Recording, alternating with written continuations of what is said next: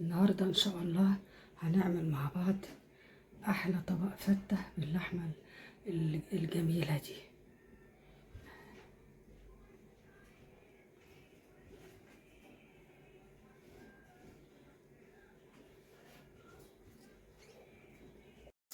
اول حاجة طبعا هنكون نعمل الدمعة اللي هي تترش فوق الوش كده. خلاص اهي. طبعا هنعملها ازاي؟ بنجيب توم وسمنة، وبعدين على فكرة في فتة هنا بقول لكم عليها هتستفيدوا منها. لما تحط التوم مع السمنة وهي لسه متقدحتش يطلع الريحة بتاعته، بتبقى أحلى وأطعم من إنك تقدح السمنة وبعدين تحطها فيه. وجربي وهتدعي لي. وكده طبعا نقلب فيه لغاية ما يخلص.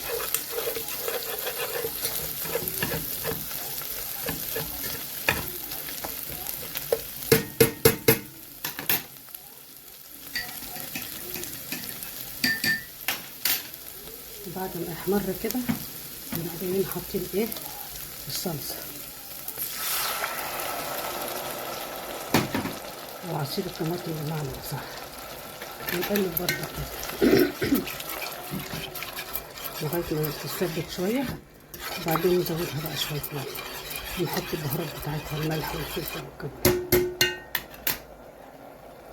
وبعد ما تتسبك كده بقى نروح جايين مزودينها شويه شوربه بتاعت لحمه طبعا.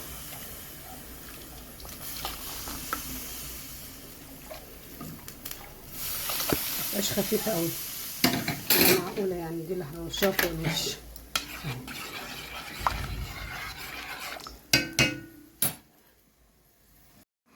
وفي نفس الوقت يكون مقطعين العيش وحاطينه في صينيه كده ونحمره في الفرن شويه ونقشطه كده.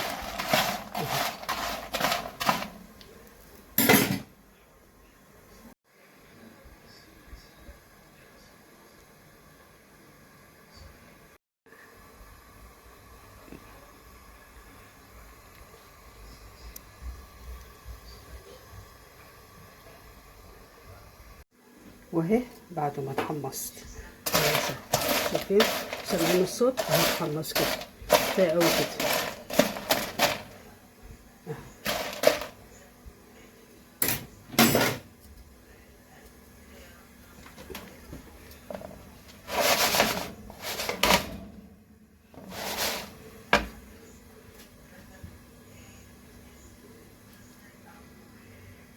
هطفي بقى على الفرن واطلعه بره.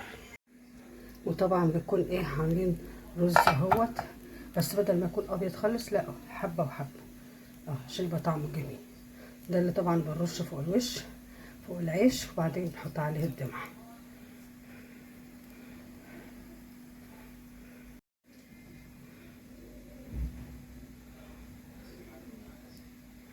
ده الرز اهوت اللي احنا بنحطه فوق الوش في الاخر خالص فوق العيش، وبعد كده بنحط عليه الدمعه بقى واللحم.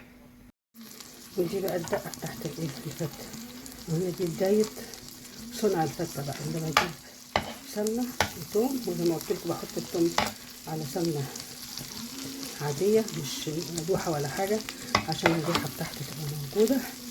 خلاص وقت اللي اقلب فيه لغايه ما يتحمر ماشي. وبعد كده بقى بحط عليه الشوربه وشويه دمعه والخل، وبقى الملح وكمون والحاجات العاديه دي. اهي بقى اللي فيها لغايه تتحمر، لغايه ما يتحمر التوم. بس دي طريقه صحيحه، نحط التوم ما احطهوش في سمنه مقدوحه، لا احطه ني كله كده، هو بقى يدهن في بعضيه يستوي مع بعض او يتحمر مع بعض مع بعض.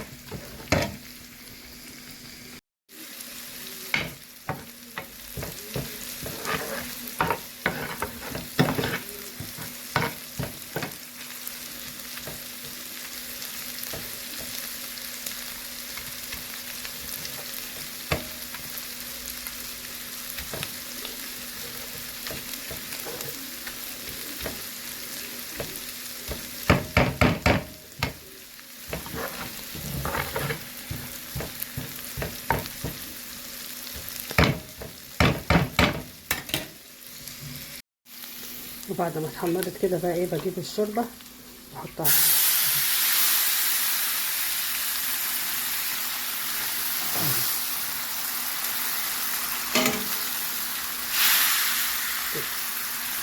ماشي.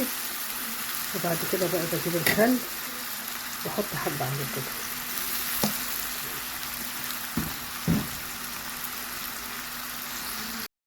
وبعدين بقى بجيب ايه كرنيب كده اهو، واحط ايه على الكرنيبين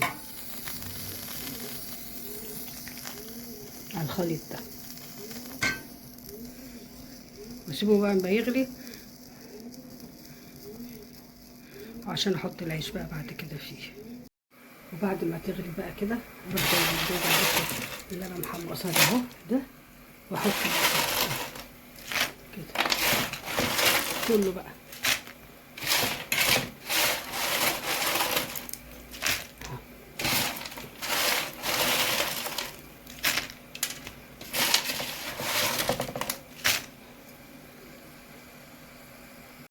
وبعدين طبعا بقلبه كده كله بقى كده اهو، عشان ما يبقاش فيه حبه ناشفين وحبه طريين، كله بقى كده عشان الشرب اللي هي الشوربه بتاعته دي. خلاص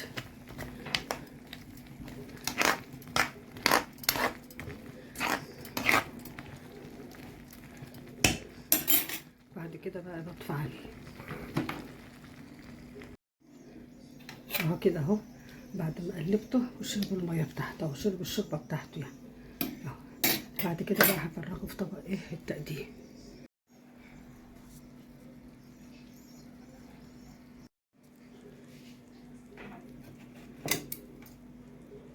اهو كده. فرغته في طبق التقديم اهو اهو ماشي.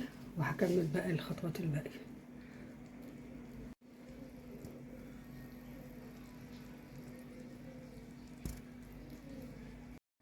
بعد ما حطيت العيش بقى كده بروح جايه طبقه الرز واحطها اهي كده اهو كده اهو ماشي اهو، لغايه ما اغطيه بقى كله. الرز اللي انا كنت عامله حبه بحبه ده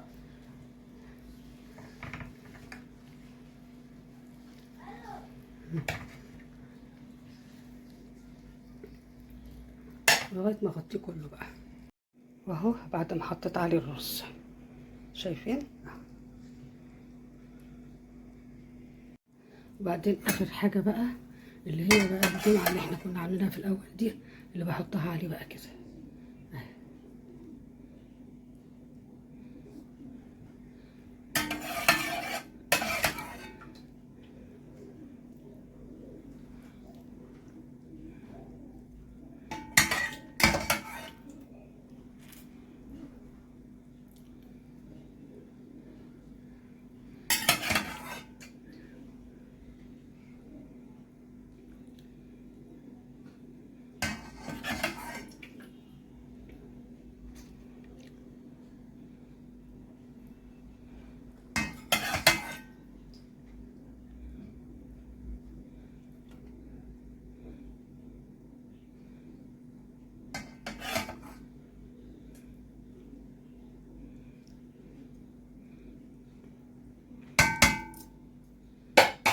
بنفس الطريقه دي كده.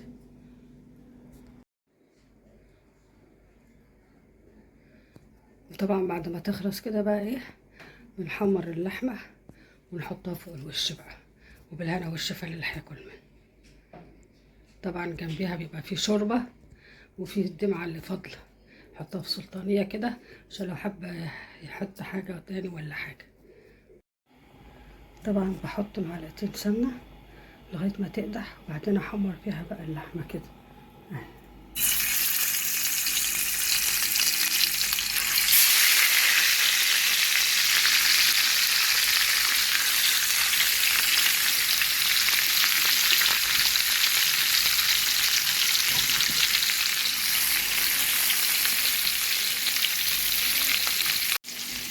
طبعا بقلبها على الناحيه التانيه عشان تتحمر من الأول.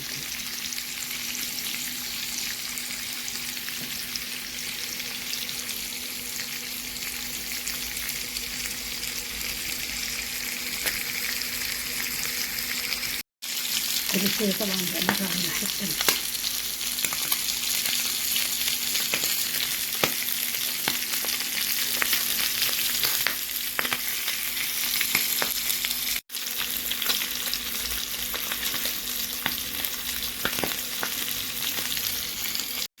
شايفين منظرها تحفة، بالهنا والشفا كمان.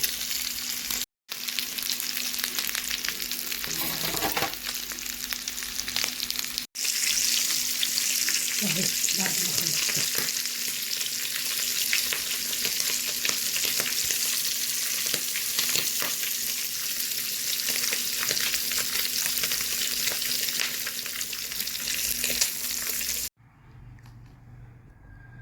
احلى طبق فتة باللحمة، بالهنا والشفا اللي هاكل منه.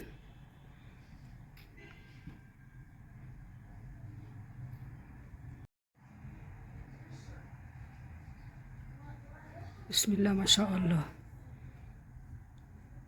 طبق فتة تحفة، طعمه روعة.